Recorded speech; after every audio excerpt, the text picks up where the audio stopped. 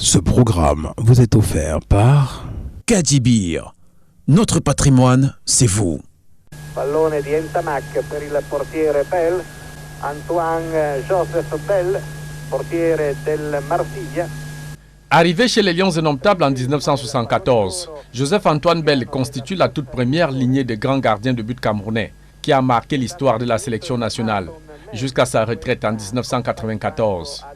Le footballeur au sourire légendaire a formé avec Thomas Nkono la paire indéboulonnable dans la cage de but, faisant ombrage aux plus jeunes sans le vouloir, comme l'avait prédit en son temps un joueur du Tonnerre de Yaoundé, Eboué Jean Daniel, alias 4 mi-temps, pour sa capacité à pouvoir livrer 2 matchs successifs sans repos conséquent. Avant qu'on ne me sélectionne en équipe nationale, le public m'avait sélectionné 1000 fois.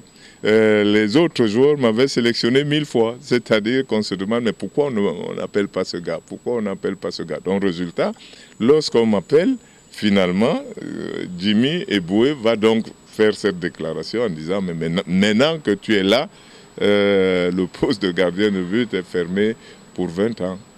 Et il a eu pratiquement raison, oui. Homme de caractère, à très forte personnalité et aux grands exploits, la hiérarchie des gardiens de but n'existe pas durant son séjour à l'équipe nationale avec Thomas Nkono, les deux alternant leur convocation dans la tanière pendant les matchs et les compétitions. Pas question pour l'un de s'asseoir au banc de touche pendant que l'un est sur le terrain. Quelques exemples en Coupe d'Afrique des Nations et en Coupe du Monde en sont des preuves patentes. Ainsi, Bell a disputé et remporté comme titulaire dans la cage de but 2 Coupes d'Afrique des Nations 1984 et 1988, disputé une Coupe du Monde en 70 sélections. Du moins depuis le départ de Bell et Nkono de la sélection nationale, le Cameroun n'a plus eu 2 gardiens de but à très forte personnalité, obligés d'alterner leur présence dans la cage de but des Lions Indomptables. Pour lui, la rivalité légendaire à Thomas Nkono aura été d'un apport très positif dans sa carrière. En dehors des périodes de l'équipe nationale, de stage, quand je m'entraînais, je pensais bien qu'il y a un autre bon gardien. Donc, mon remplaçant local, c'est-à-dire dans mon club, n'était pas celui qui me poussait à travailler davantage. C'était plus le fait qu'il y ait un autre gardien là-bas qui travaille lui aussi et donc il faut travailler plus durement. Évoluant à l'Union de Douala, Joseph-Antoine Bell a vécu comme de nombreux footballeurs des équipes de Douala et d'autres villes du Cameroun la préférence discriminatoire des autorités pour les joueurs des clubs phares de Yaoundé, le Canon et le Tonnerre. Eugène Ekoulé de l'Union de Douala, Samuel Tchoupo du Racing Club de Bafoussam, au sommet de leur art, ont payé comme bien d'autres les frais de cette politique. C'était une attitude politique qui débordait sur le foot et qui l'a envahi et même étranglé. Le résultat était que, effectivement, pour attirer un joueur de Douala ou d'ailleurs, dans un club de Yaoundé, Tonnerre ou Canon, c'était de lui vendre l'idée qu'en étant à Yaoundé, il serait très certainement sélectionné. Mais comme c'est souvent arrivé, c'est devenu quasiment une vérité. Hein. Dans sa défense contre cette politique centrée uniquement sur l'émergence des joueurs du Canon et du Tonnerre, jugés plus soumis et dociles, Joseph-Antoine Bell savait se servir du verbe comme son dernier rempart pour dénoncer cette tendance poussée du 2 poids 2 mesures dans la gestion de la tanière, à l'instar de sa mise à l'écart à la Coupe du Monde de 90 et surtout toutes les magouilles des dirigeants dans la gestion de l'équipe nationale. Encore une fois, il faut affirmer les choses. Il y a des gens à Yaoundé qui étaient moins contents lorsque l'équipe nationale gagnait avec Joseph-Antoine Bell. Ça ne les arrangeait pas. Ils sont là, s'ils sont honnêtes, ils pourraient le redire.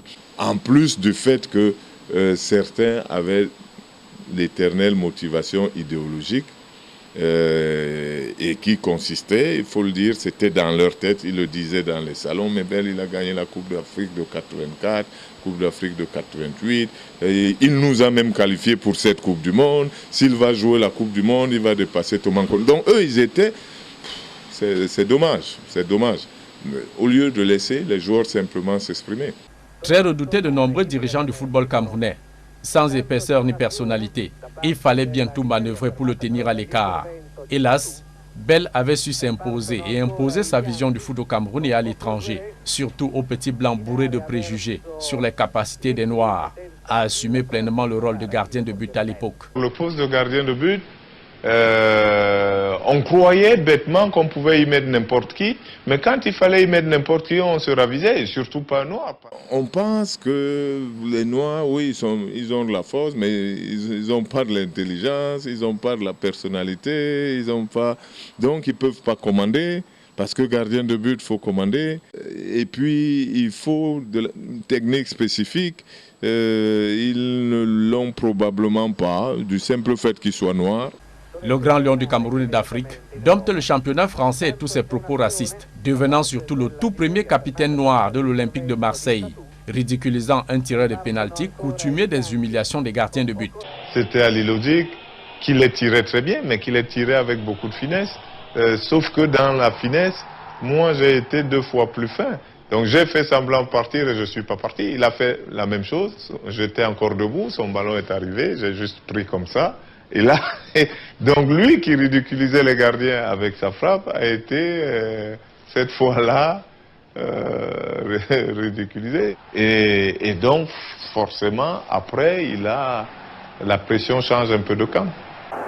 Ben voilà une belle occasion d'ouvrir le score pour les Girondins de Bordeaux à la 25e minute et c'est Uwe Reinders qui est chargé d'exécuter la sanction que l'on dit suprême. Voilà, c'est parti. Bon, et il arrête, Antoine Lebel l'arrête. Vous avez vu, il est parti avec les mains derrière le dos, Antoine Lebel, pour maintenir son équilibre. Le point de pénalty est finalement pas si loin. Donc si un joueur tire réellement en force du point du pénalty, vous pouvez ne pas avoir le temps de réaction suffisant pour aller sur le ballon. Et donc même en le sachant, le ballon peut toujours passer parce qu'il est trop violent et qu'il arrive très vite. Donc c'est ce qui m'a amené à adopter cette position pour ne pas le laisser à son tour deviner que je pense qu'il va tirer fort. Or, en mettant les mains sur le dos, en réalité, c'est que j'avais les poings serrés. Les poings serrés veut dire tous les muscles du bras bien tendus parce qu'il faudra aller très vite puisqu'il va tirer fort. Le ballon va arriver très vite. En club, Bell a évolué dans 3 pays africains, remportant comme acteur majeur et incontournable le championnat du Cameroun en 1976 et 1978. Une Coupe d'Afrique des clubs champions en 1979 avec l'Union de Douala. Doublé Coupe championnat en 1982 avec l'Africa Sport d'Abidjan. Le triplé Coupe championnat et Coupe des clubs vainqueurs de Coupe avec Arab Contractor d'Égypte en 1983 avant de rejoindre la France. Joseph-Antoine Bell a livré 384 matchs de 1985 à 1994 pour 3 titres. Vice-champion et finaliste de la Coupe de France à Marseille en 1987 et vice-champion avec les Girondins de Bordeaux en 1990. Est-ce que vous allez revenir, Joseph-Antoine? Dans tous les cas, j'aurais gardé de bons souvenirs. La victoire, c'est très bien pour la Saint-Etienne qui marque 2 points, qui va remonter au classement. Et mon avenir, je pense qu'il sera sur le terrain. Je crois que je vais devenir entraîneur. Au-delà de ses démêlés avec l'ancien président de l'Olympique de Marseille, Joseph-Antoine Bell garde de très bons souvenirs de feu Bernard Tapie durant son passage au club. Il avait une certaine présence. Il aimait venir avec les joueurs. Et moi, en dehors donc des désaccords, j'aimais bien parce que quand je jouais à l'Olympique de Marseille, il y avait 2 choses. La première, c'est que tous les jours que Dieu a fait, Bernard Tapie m'a appelé à 23h. C'était généralement le dernier coup de fil de la journée pour qu'on fasse le point et sur l'équipe et sur ce qui est passé, sur ce qu'on va faire. En dehors des stades, Joseph-Antoine Bell s'est présenté 2 fois sans succès à la présidence de la Fédération camerounaise de football. Visiblement, ses contenteurs et tous leurs descendants, ayant juré de le voir nulle part dans la gestion du football camerounais, en dépit de sa solide formation d'entraîneur de foot. Je n'ai été candidat qu'en 1996, mais entre-temps, on a toujours refusé que je sois candidat. Donc ça peut donner un indice quand on fait autant barrage. Mais je suis chrétien. Il y a un homme qui est passé sur la terre qu'on appelait Jésus chez les chrétiens et qui a été si incompris qu'il a été tué. Et son nom continue à inspirer les gens 2000 ans plus tard. Ça veut donc dire que ce que font les gens à un moment donné n'est pas forcément justifié et ce n'est pas forcément la preuve qu'ils ont raison. De gardien de but à gardien des traditions, le passage a été facile pour Joseph-Antoine Bell, intronisé en 2012. chef du village Mwandé dans la Sanaga maritime. C'est vous-même qui avez utilisé l'expression. Comme les deux sont gardiens, ça veut dire qu'ils ont les mêmes facteurs de réussite. Si vous voulez être un bon gardien, il faut penser à ce que vous gardez et penser à ceux pour qui vous le gardez. Le gardien de but pense à ses coéquipiers d'abord, pense au public, à ses supporters et donc trouve des méthodes pour garder le plus hermétiquement possible ses buts.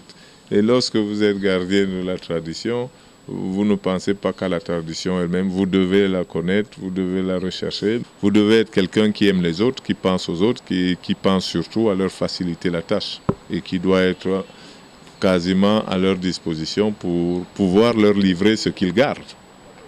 Du moins, l'essentiel du parcours glorieux et quelquefois tumultueux du gardien africain du siècle est aussi à découvrir dans son ouvrage Vue de ma cage. Un livre fort apprécié, mais absent des rayons de librairie depuis sa parution en 2014. L'éditeur de mon livre, les éditions du Chabel, sont dirigées par M. Aman Mana, que vous connaissez bien. Moi, ce que je sais, c'est que ce livre est en rupture de stock depuis le premier jour. Depuis la première dédicace, le nombre de livres qu'il avait apporté était insuffisant par rapport à la demande. Et à chaque dédicace, il y en a eu 2 au Cameroun, l'autre à Yaoundé, c'était pareil. Moi, les informations que j'ai eues, c'était déjà que dès le lendemain, le livre se vendait plus cher que le prix officiel. Ce programme vous a été offert par Kadibir, notre patrimoine, c'est vous.